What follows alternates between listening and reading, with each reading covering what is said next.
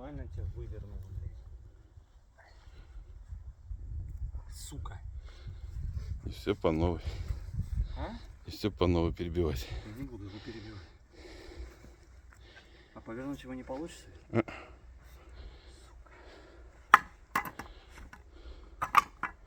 Рычагом. Хуй чего. Так хорошо пошло. А он не затянется, нет? Нет, ты его не завернешь так.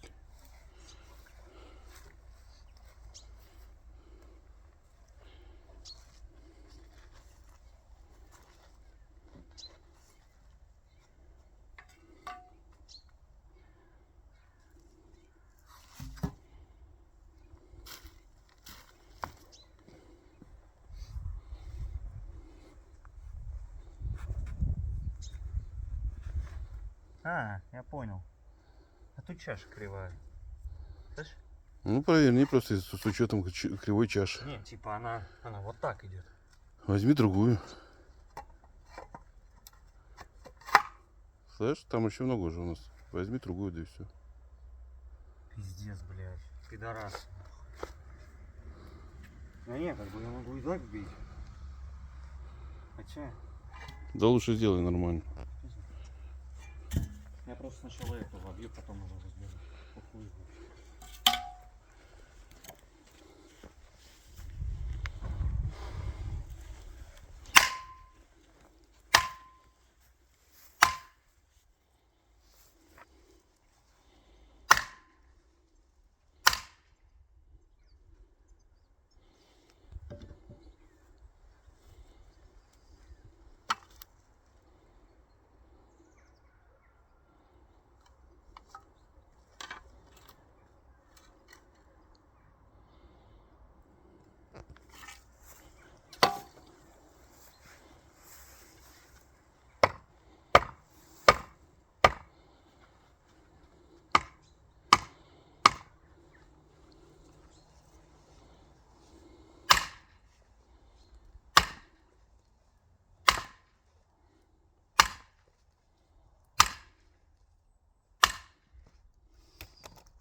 Это было больно.